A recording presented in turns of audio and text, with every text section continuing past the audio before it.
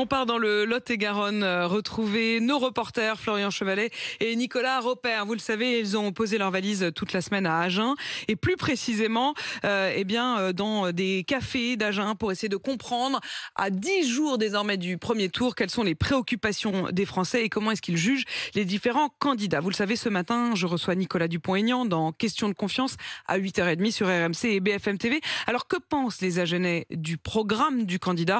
On écoute leur point de vue. Nicolas Dupont-Aignan. Il est souriant, il inspire la confiance, effectivement. Caroline, je suis enseignante, professeure des écoles. J'hésite entre deux candidats. Monsieur, bonjour.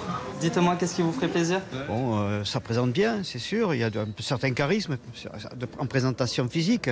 Pierre, donc, cadre territorial, je suis retraité. La logique veut que soutenir le président qui est en poste. Oui. Allez, ça marche, pas de souci. Dalila, je suis enseignante et dans un collège, je suis en art plastique. Et non, je n'ai pas encore arrêté mon choix. Le cœur plutôt à gauche, oui. Je trouve que dans les affiches, c'est toujours un petit peu la même chose.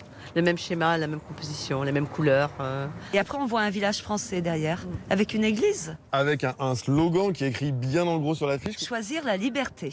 La liberté, tout le monde y aspire. Enfin, bon, c'est sûr, c'est un slogan. Après, pour la mettre en œuvre, c'est une autre paire de manches, comme on dit. Alors, on a le programme là de Nicolas Dupont-Aignan sous les yeux. Qu'est-ce qui retient en particulier votre attention? Instauration du référendum d'initiative populaire. Voilà, c'est comme la gauche. Alors, l'écologie et territoire. 0 éolienne implantée en 5 ans. Maintenir le nucléaire à 70% de la production d'électricité minimum. Donc, il ne veut pas du tout sortir du nucléaire. Mais je veux dire qu'il a d'autres plans pour subvenir au manque. Pour le nucléaire, moi, je pense par contre qu'il faut que ça soit très, très progressif, la sortie. Parce que ça a un coût pour nous. La question se pose.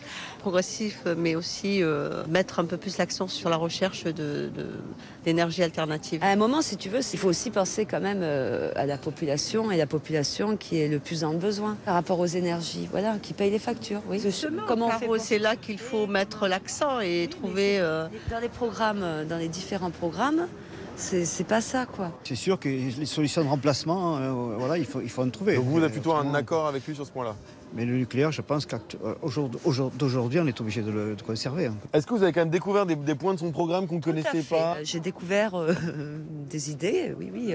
Non, sincèrement, personne ne me séduit réellement. Je pense, oui, peut-être que je suis quelqu'un de désabusé, je ne sais pas. Dupont-Aignan, il y a sûrement des choses intéressantes, mais il y a sûrement des choses qui ne pourra pas tenir. Je suis un petit peu sur la réserve, voilà. Je ne suis pas en opposition avec tout ce qu'il propose. Mais je ne voterai pas pour lui.